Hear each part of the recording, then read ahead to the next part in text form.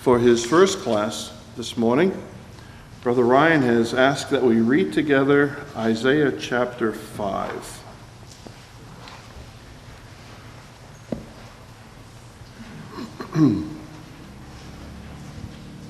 Isaiah 5. Now will I sing to my well-beloved a song of my beloved touching his vineyard. My well-beloved has a vineyard in a very fruitful hill.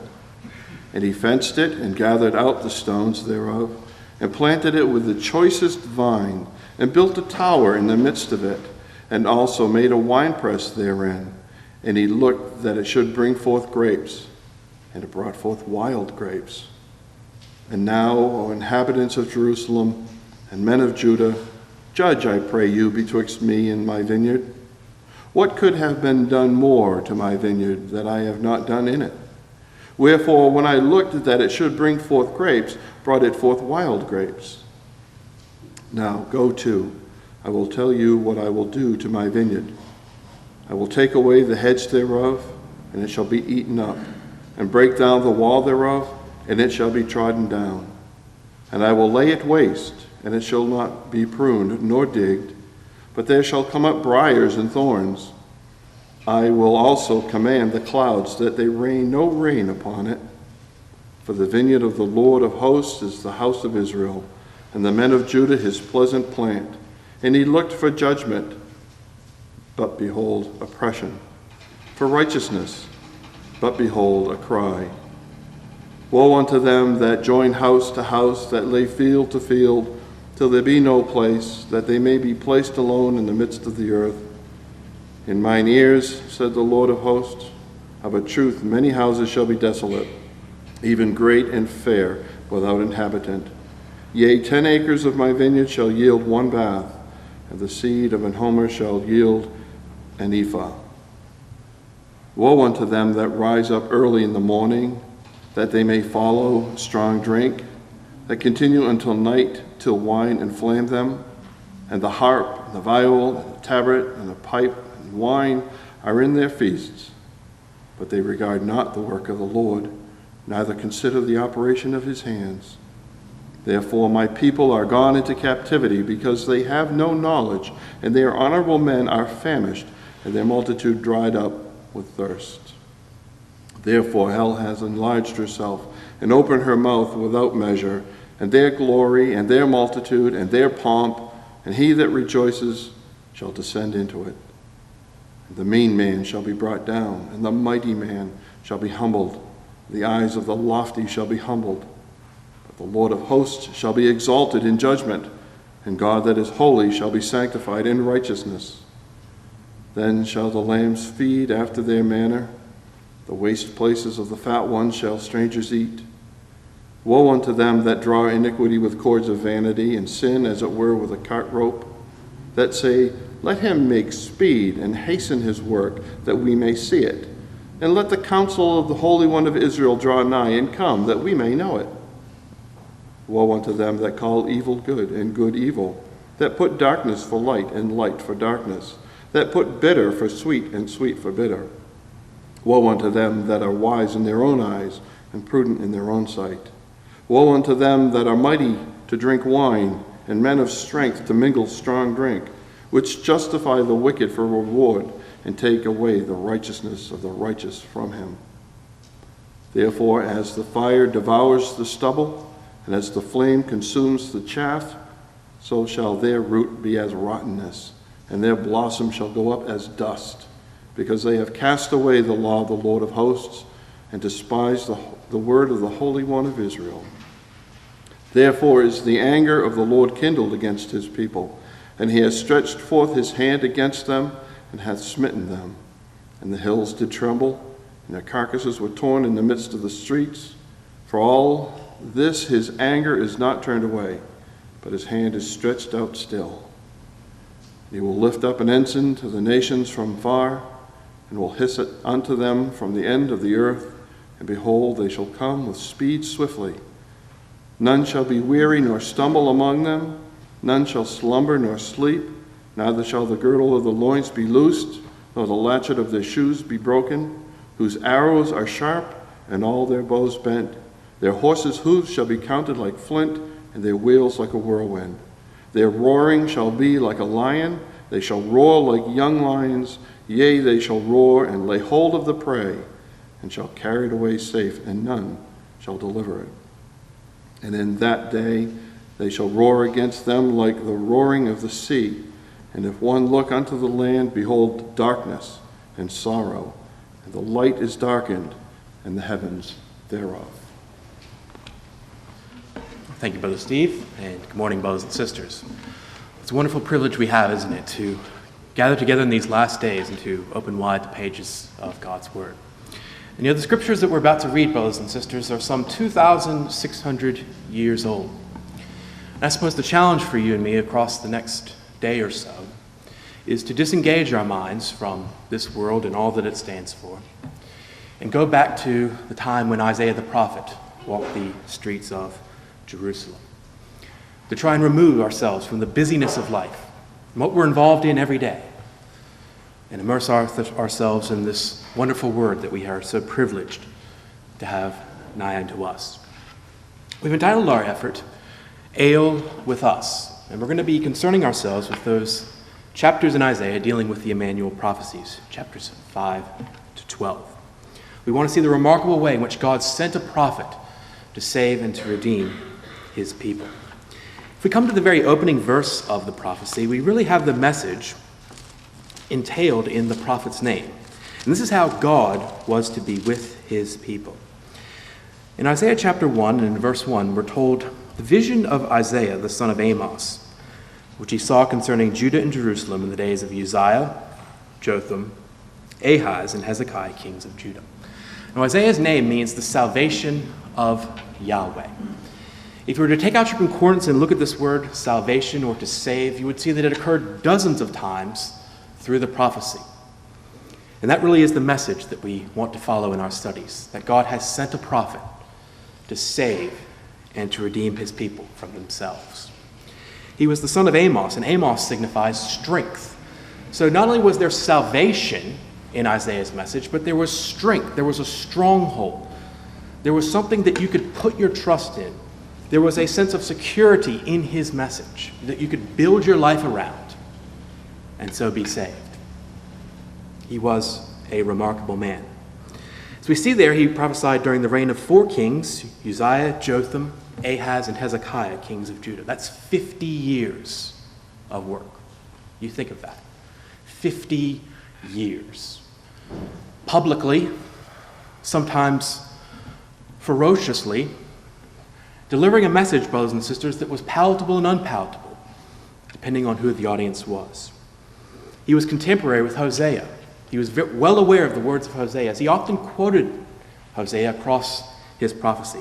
Quite remarkable the way that was done. His message was mainly, as we can see there, for Judah and Jerusalem. He was contemporary with Micah as well, who was the prophet of the country. Isaiah was the prophet of the city. And he occupied a very high place in the nation.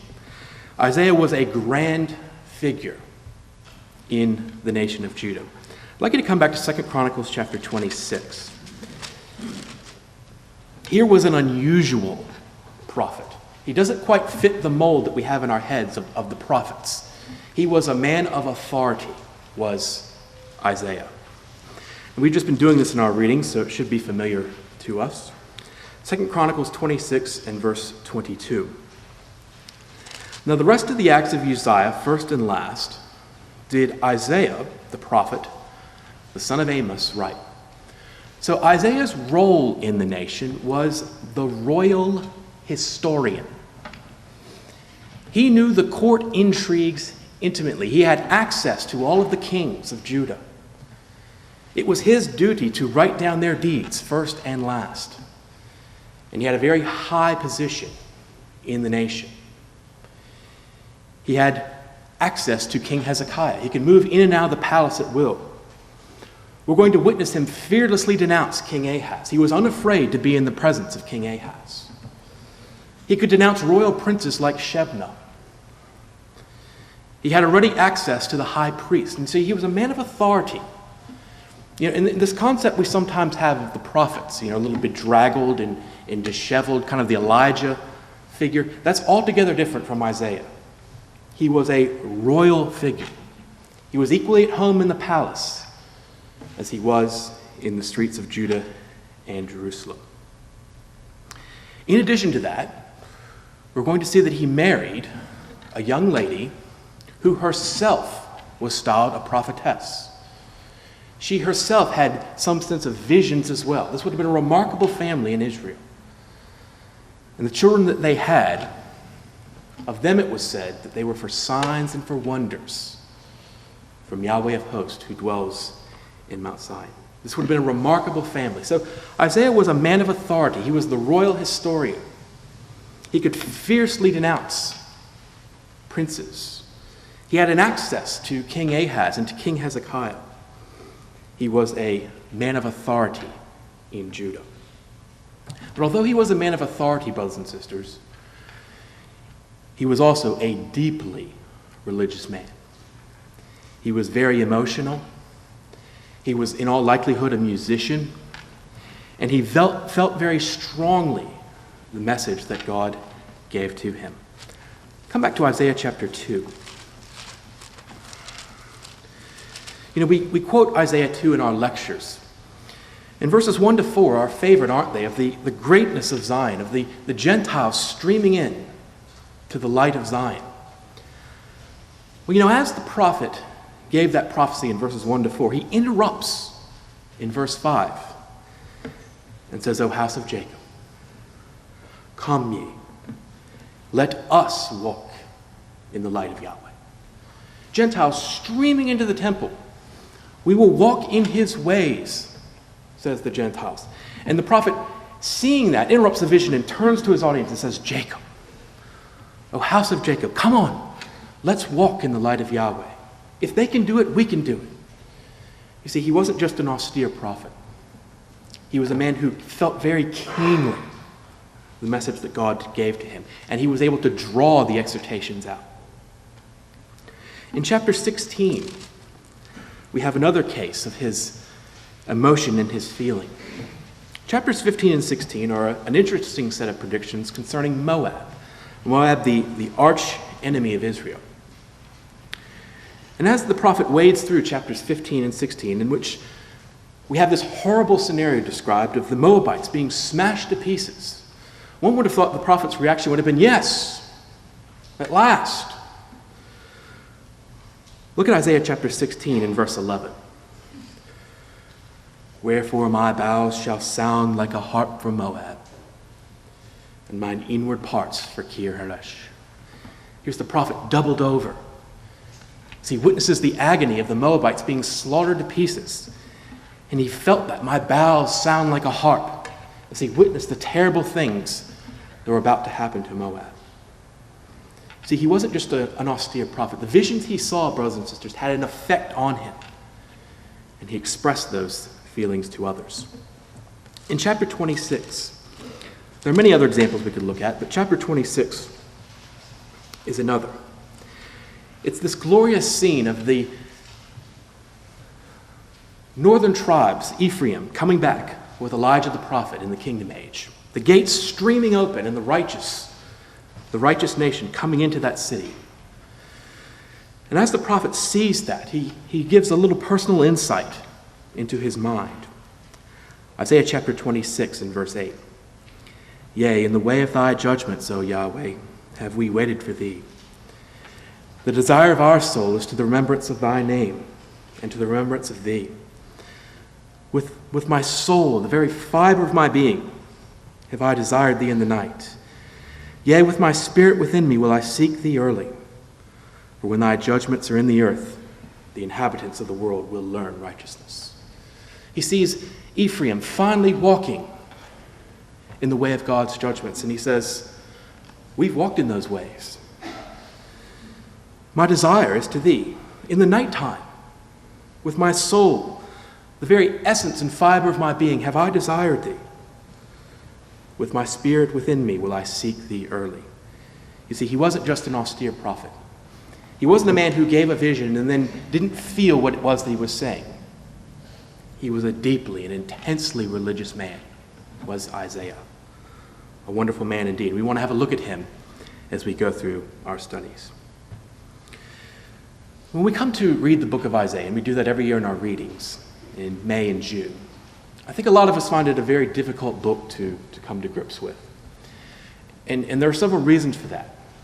And the first reason is that you never know with Isaiah unless you really plumb the depths, whether you're talking past, present, or future.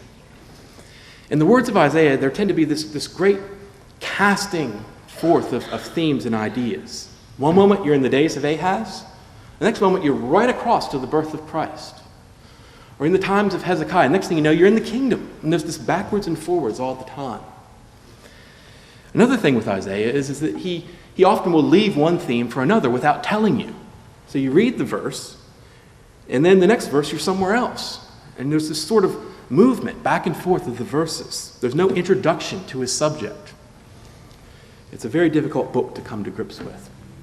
And so the first point that I want you to get this morning is that the prophecy of Isaiah is not in chronological order. And any system that you find that attempts to explain Isaiah by some sort of chronological sequence is inevitably going to fail, because the prophecy is not written that way. That's why we have Isaiah called to the ministry in chapter 6. Now, one would have thought, as in the case of Jeremiah, that he would have been called in chapter 1. That's not so. The prophet waits 5 chapters, 6 chapters, until we're finally introduced to his work. So that's enough to throw you off track right away. The prophet waits to introduce himself till chapter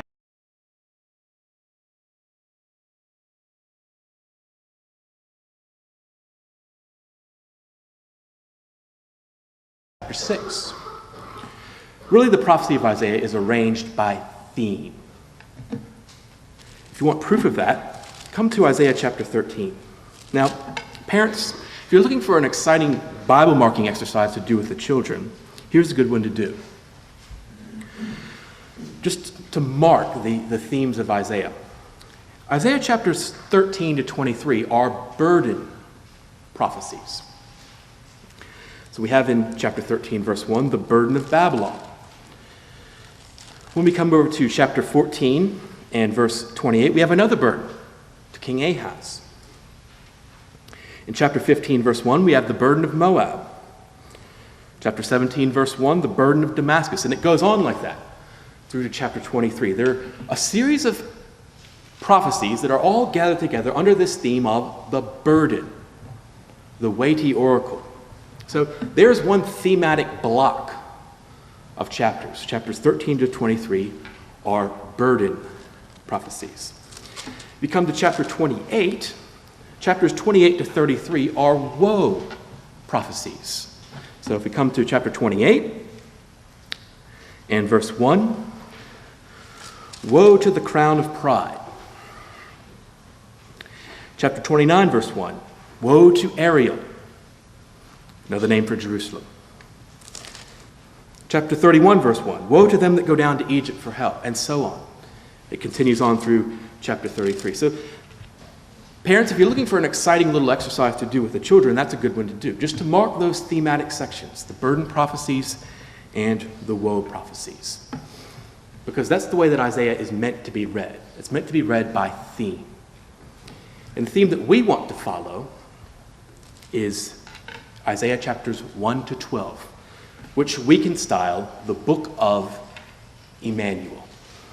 It's a thematic collection of prophecies all surrounding the theme of Immanuel. And that's what we'd like to follow in our studies, God willing, this week.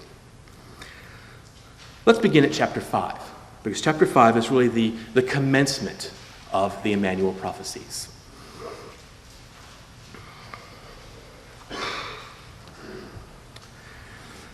Isaiah chapters 1 to 5 all surround one tragic event that took place in the nation of Judah. It's important when you come to Isaiah to try and ascertain just what the background was to the prophet's message. And as Isaiah chapter 5 was read for us a moment ago, we saw that there were a number of clues as to when this was written. In verse 13, we see it was a time when the people were taken into captivity. In verse 14, we see that there was a huge slaughter. Hell hath enlarged herself and opened her mouth without measure. It was a nation, in verse 13, that had no knowledge of God's law. And verse 26 to 30, the Assyrian was in the background waiting to pounce. So when, in the history of Judah, from Uzziah through Jotham, through Ahaz, and on to Hezekiah, was there a circumstance that fits all of those factors? When Judah was slaughtered like that, and there was a great captivity? Well, there was. I'd like you to come back to 2 Chronicles chapter 28. And this event here is the background to Isaiah chapter 5, and I believe a number of the early chapters in Isaiah fall into this background. It's one of those invasions that you really don't think too much about, but it was a tremendous event in the times of Isaiah the prophet. It would have shaped the nation.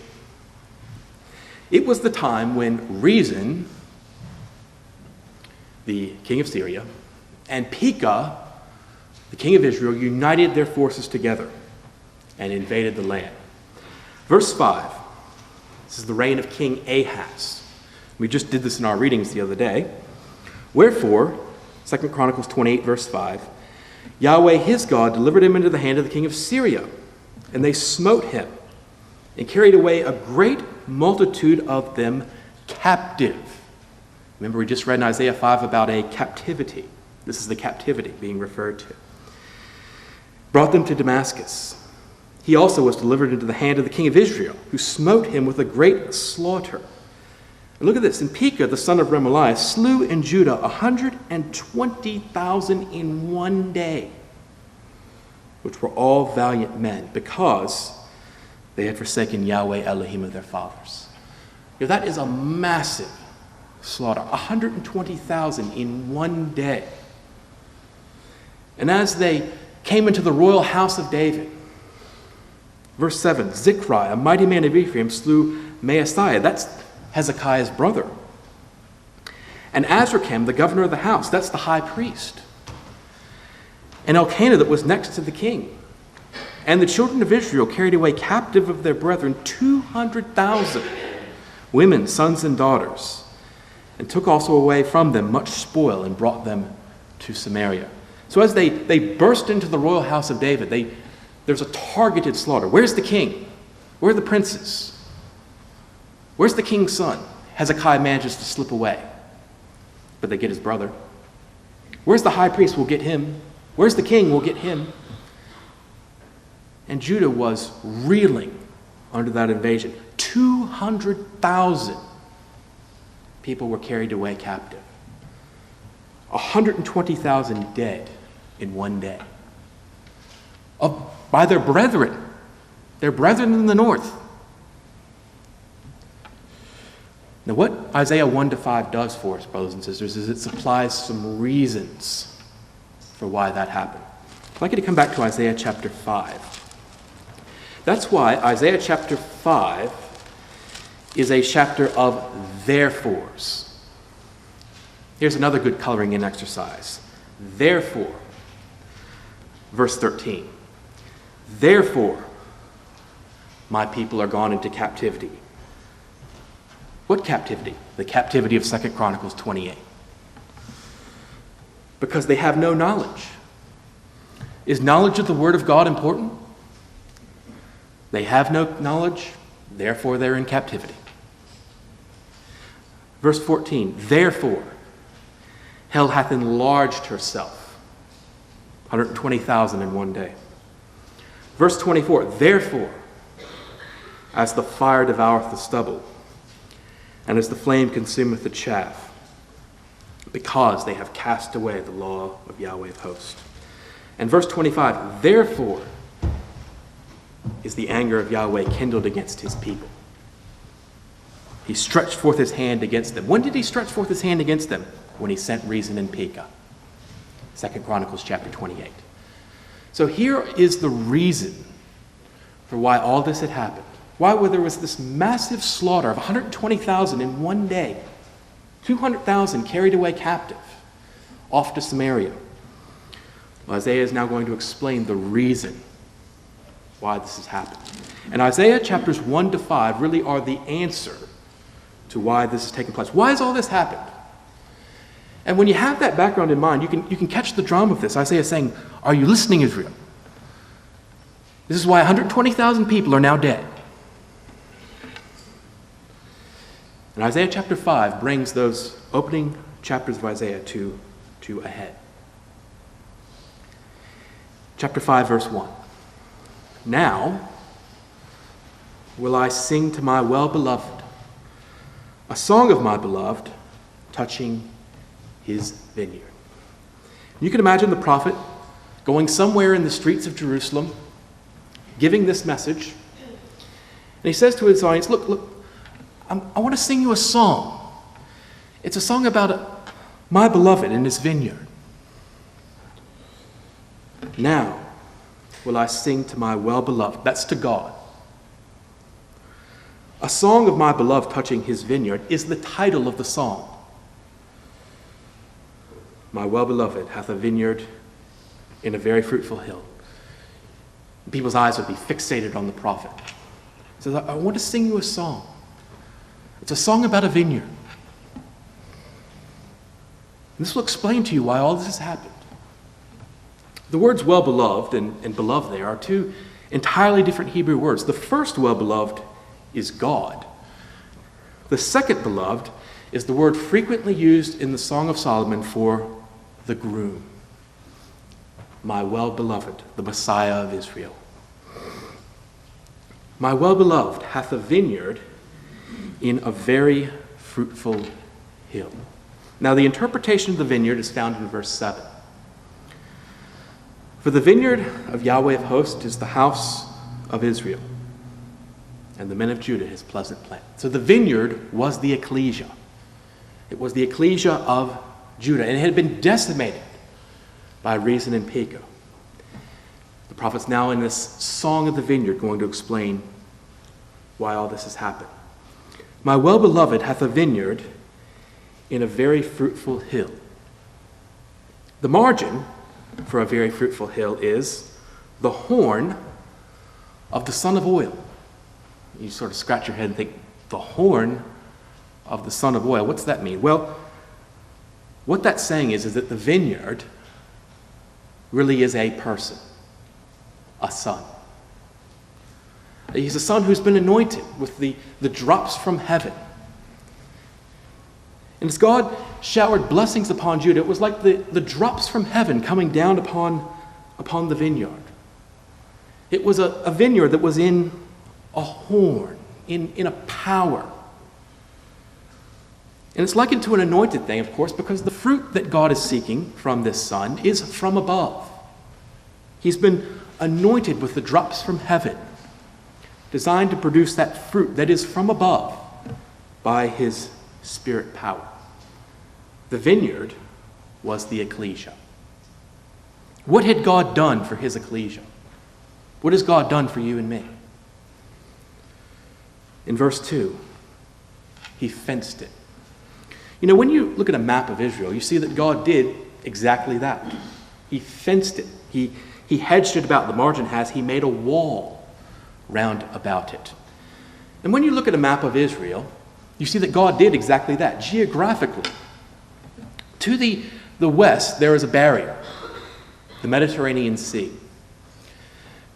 There is no natural harbor anywhere along that western side.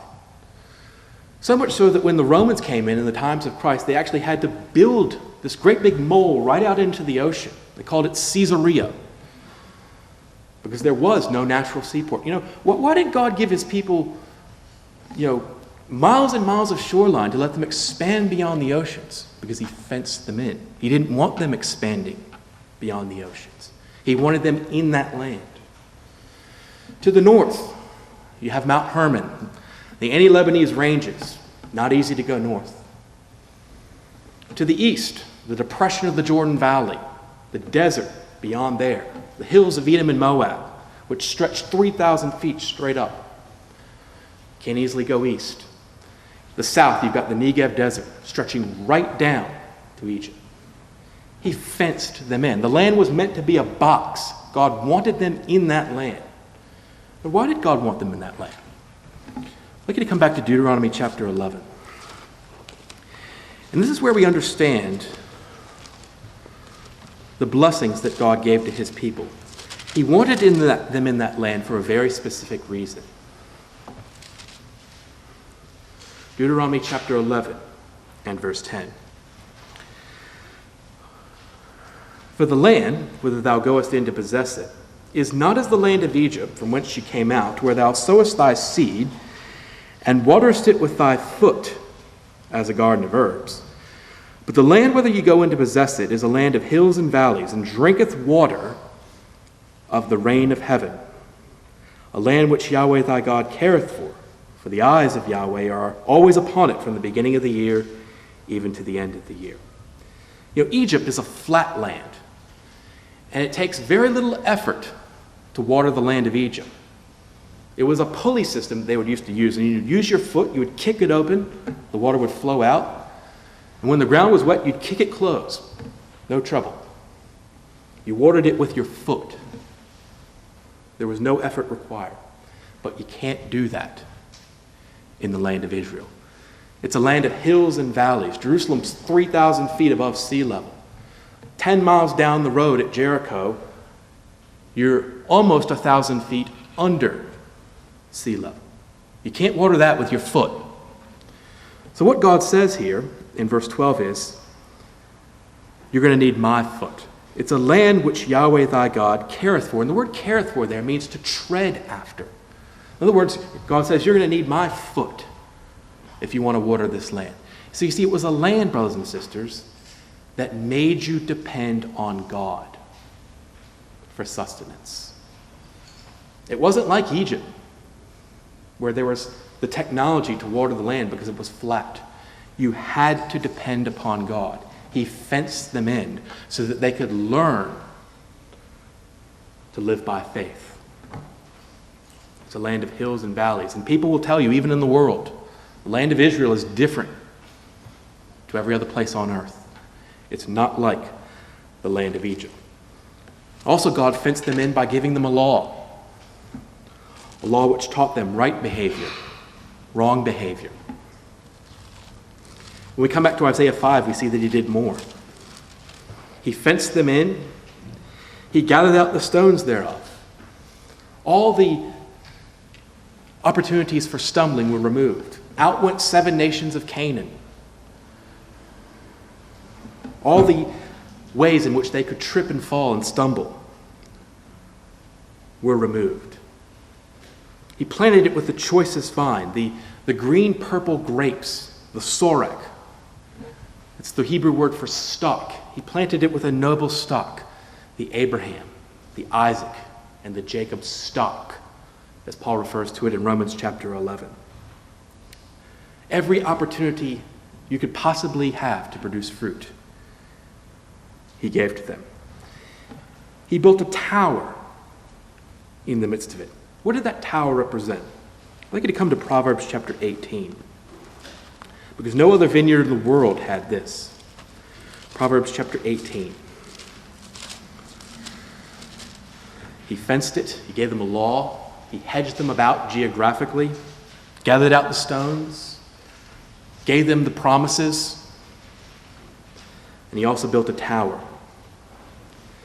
What was that tower all about? Proverbs 18 and verse 10. The name of Yahweh is a strong watchtower. Same word. The righteous runneth into it and is safe. And right there in the middle of the ecclesia was this watchtower, Yahweh. And anytime they got into trouble, anytime they got into difficulty, they could just run in there, go right up to the top, and be safe. Right in the middle of their ecclesia was the place where God had placed his name, Jerusalem. And there was a strong watchtower that anytime danger came, they could run in there and be safe. The righteous runneth into it and is safe. The last thing we're told is back in Isaiah 5, he made a winepress therein. And there's a number of quotations on the winepress. We won't go through them this morning. But of course, the winepress was the means whereby they would press the grapes to get the wine. It's used in the scriptures, in Lamentations chapter 1, verse 15, as a symbol of a crushing of self-interest. That's how fruit's produced, when self-interest is crushed. It's a symbol of joyful singing in Isaiah chapter 16.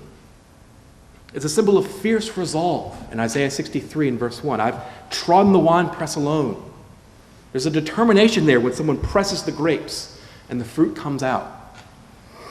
So it's a symbol of a fruitful life developed through a crushing of self-interest, Lamentations 1 verse 15, joyful singing, Isaiah 16 verse 10, and fierce determination, Isaiah chapter 63. What God had done for his people, brothers and sisters, was he had given them every means necessary to produce fruit. He had done all these things. Look at what I've done for my vineyard.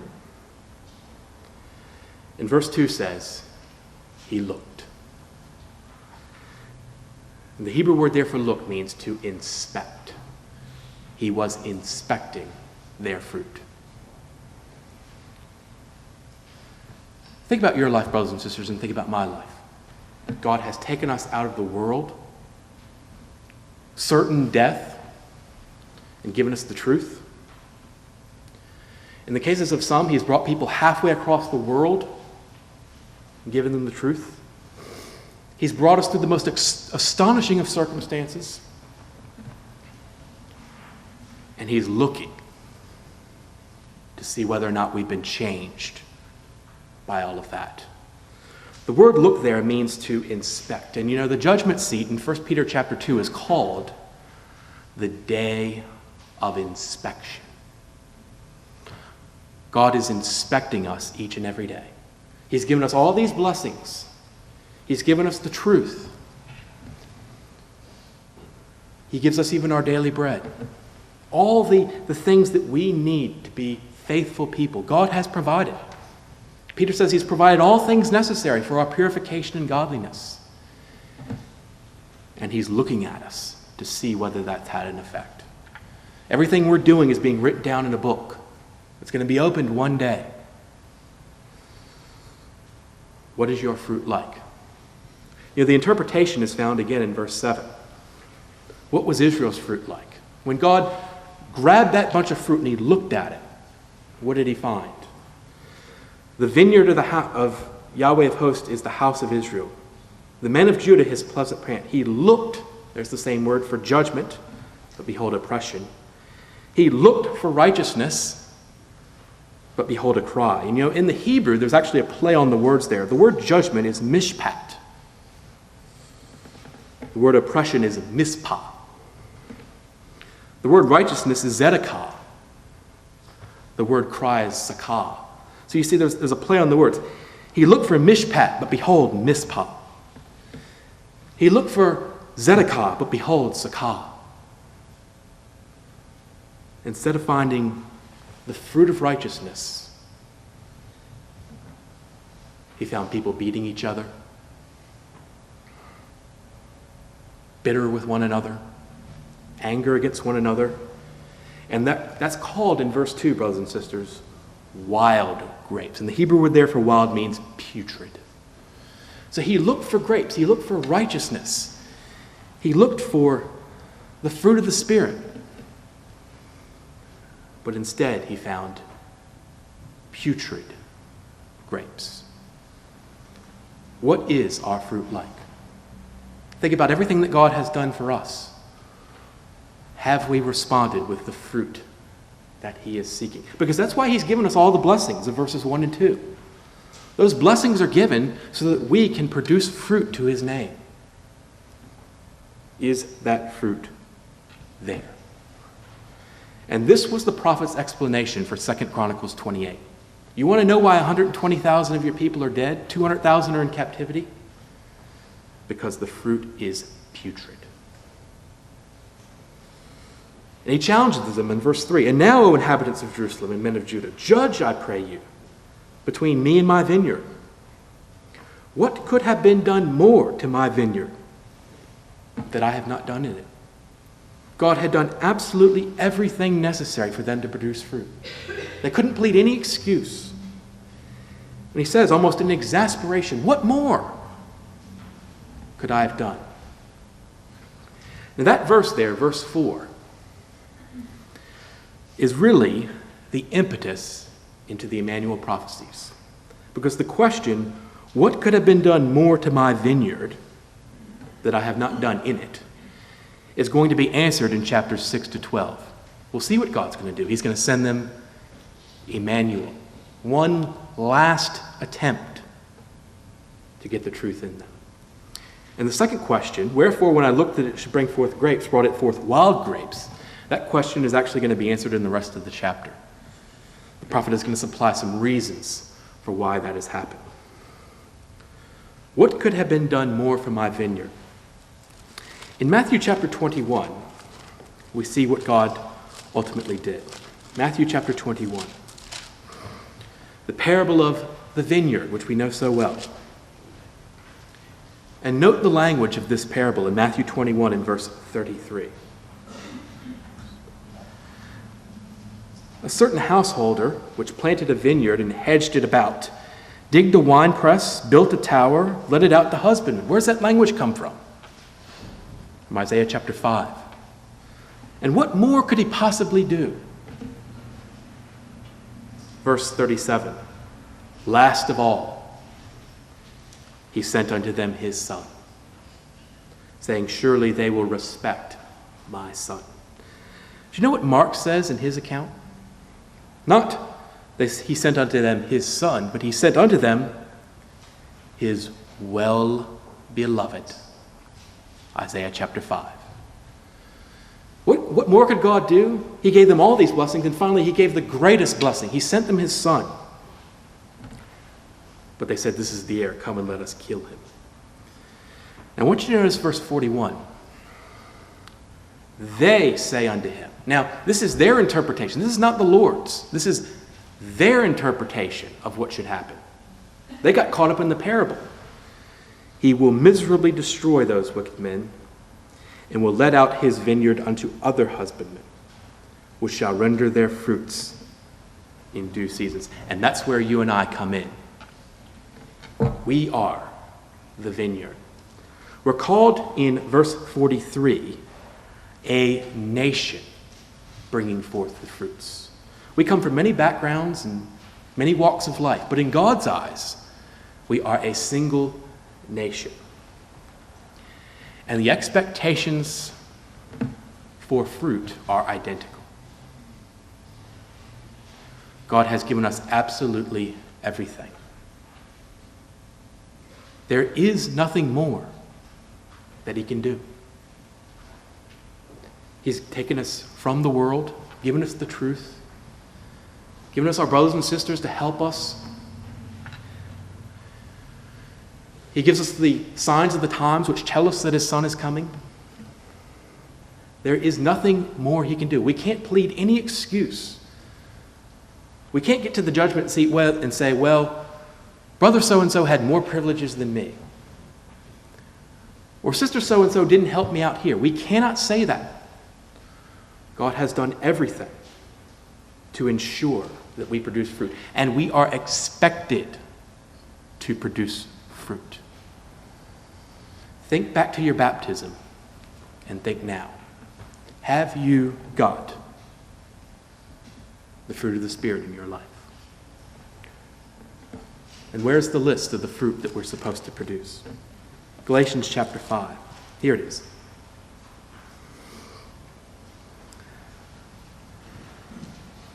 Can we see a development of these qualities? Because this is what God is seeking. This is the fruit that he is looking for.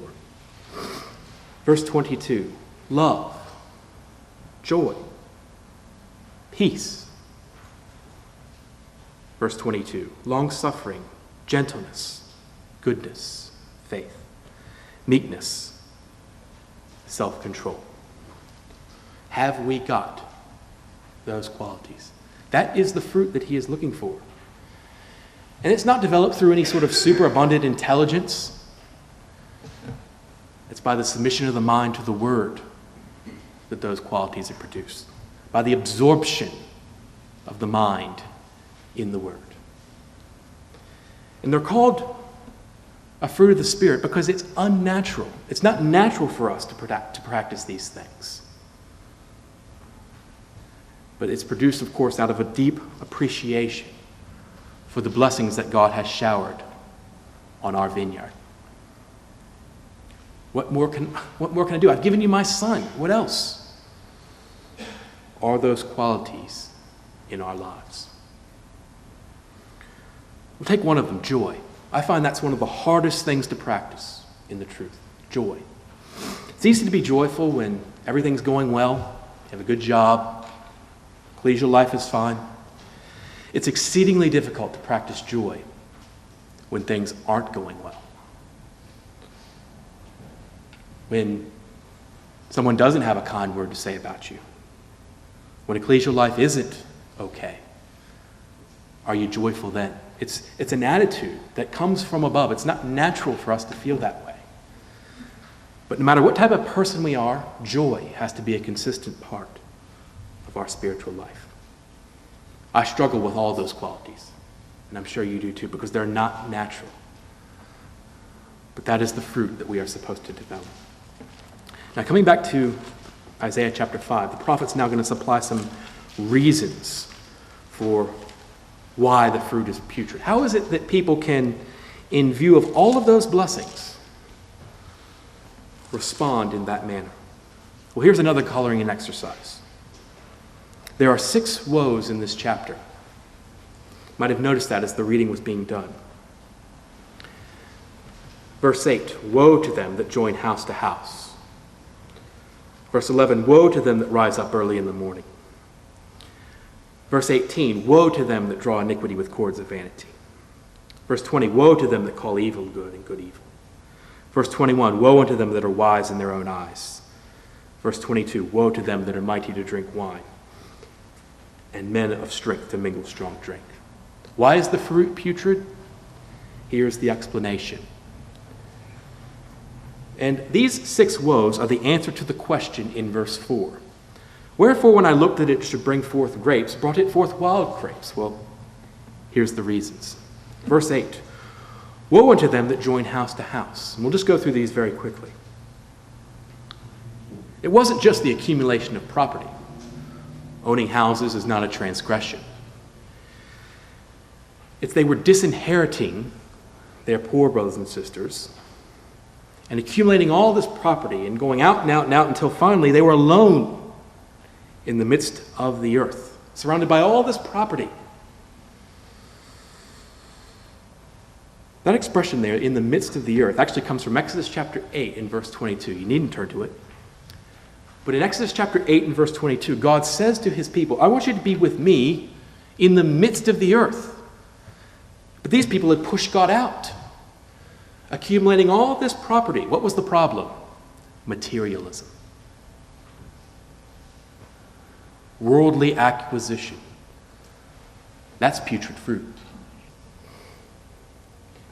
They had pushed God further and further out of their lives until finally they were alone in the midst of the earth, trampling over the poor that they might have more and more. Materialism. That's putrid fruit. And we don't have to have a lot to be materialistic. We just have to think a lot about what we could get. It's putrid fruit. Verse 11. Here's another.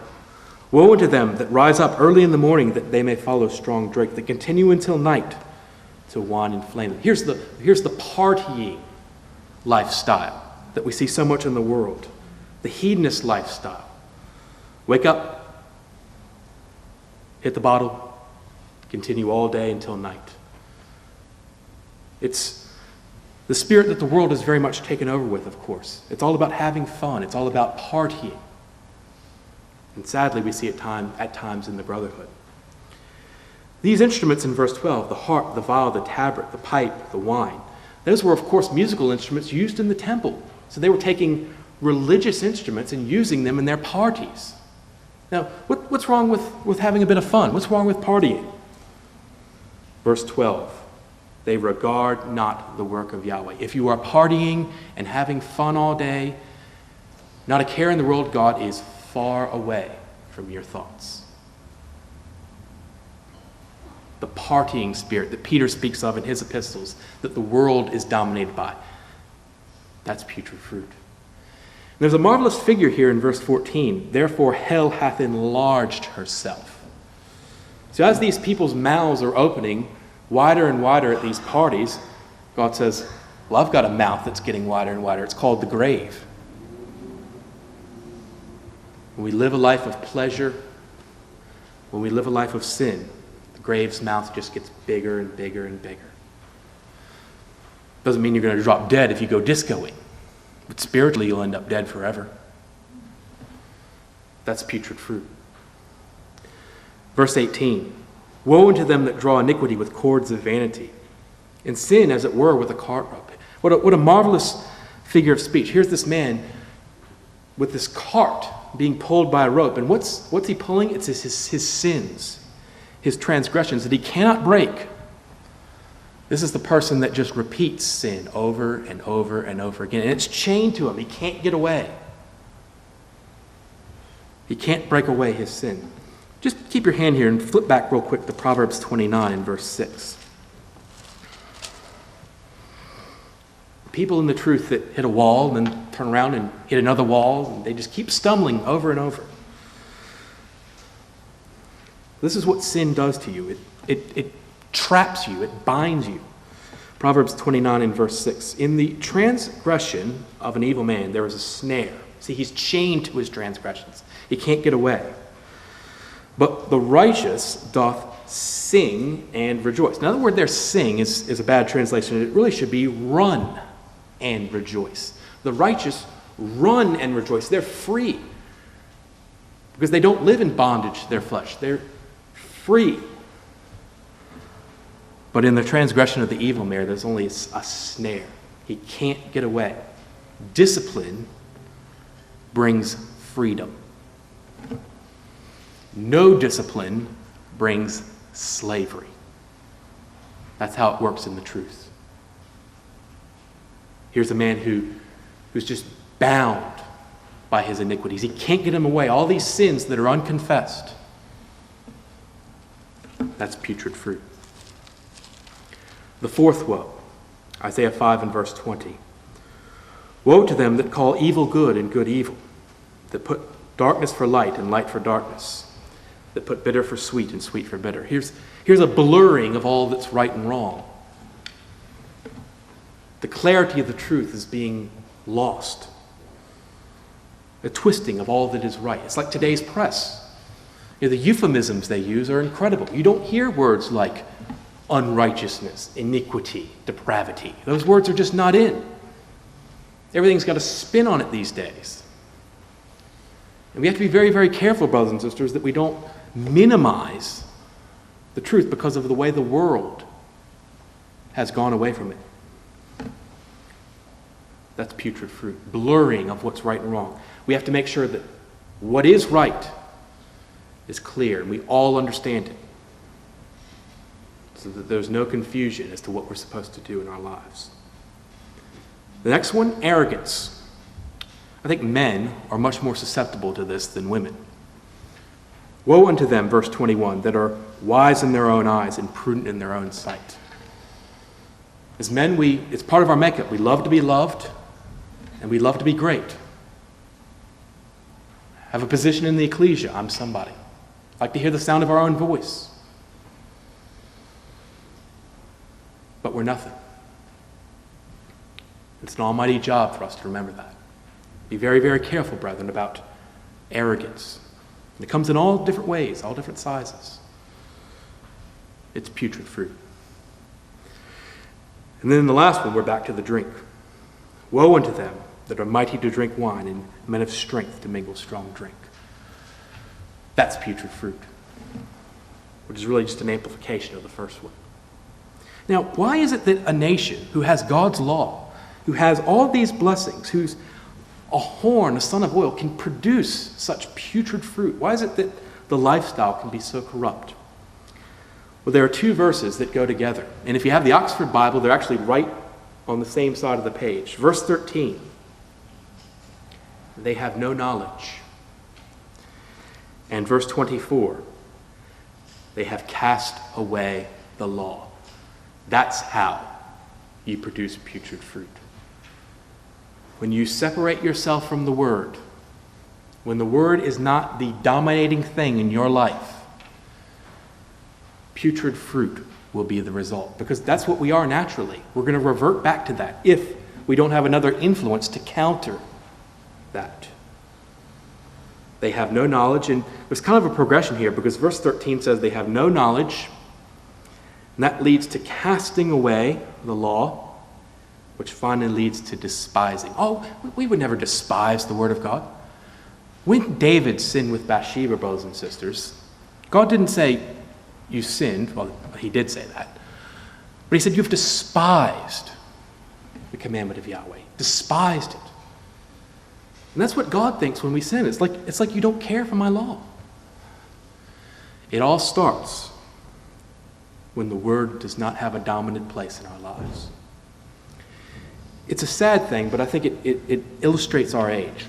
Ecclesial libraries don't sell half the number of books they did 15, 20 years ago. And this concept that we used to have in our brotherhood of reading oneself rich, of getting out those lovely books and poring over them, it's almost absent today. We can all read. We're not an age of readers. And across the globe, as you go through Ecclesiastes, there's this sense of, well, knowledge puffs up. Yes, knowledge can puff up. But the Spirit Word, brothers and sisters, is the only way whereby we can go from being a carnal thinker to a spiritual thinker. It is the only way. And the moment that we begin to see the study of the Word is a little bit ho-hum, a little bit boring, maybe a little bit pharisaical, we're going down that very dangerous slope to where these people ended up, where the fruit is putrid. It is the only way to develop those characteristics in our lives. And we neglect it to our peril. So what was God's response to all that? Verse 25, therefore, the anger of Yahweh is kindled against his people, and he has stretched out his hand against them and has smitten them. Now, wherever you read that expression in the Scriptures, brothers and sisters, it always means that judgment is imminent. So they have been judged in 2 Chronicles 28, but there was even more coming if they didn't change. And verses 26 to 30 are all about the Assyrian, the nation from afar who was like a lion, was there in the background waiting to pounce. It's the expression used in 1 Chronicles 21. Remember when the angel stood over Jerusalem with a sword in his hand? It meant that judgment was coming. In the days of Joshua, when he saw the vision of the man with a sword about to plunge down into the land, judgment was imminent. It's why Balaam's ass acted so radically, because he saw the angel with a sword about to plunge. Whenever you find that, it means that judgment is imminent. His hand was stretched out against Judah. But before that judgment was to be effected, God was going to do one more thing. He was going to send them a prophet. And Isaiah chapter 6 is really the answer to Isaiah chapter 5 in that day. What more can I do for my vineyard? Well, he's going to send them the prophet. We're going to be introduced to him in the next chapter, a prophet whose very name epitomized the salvation that he was to offer his people.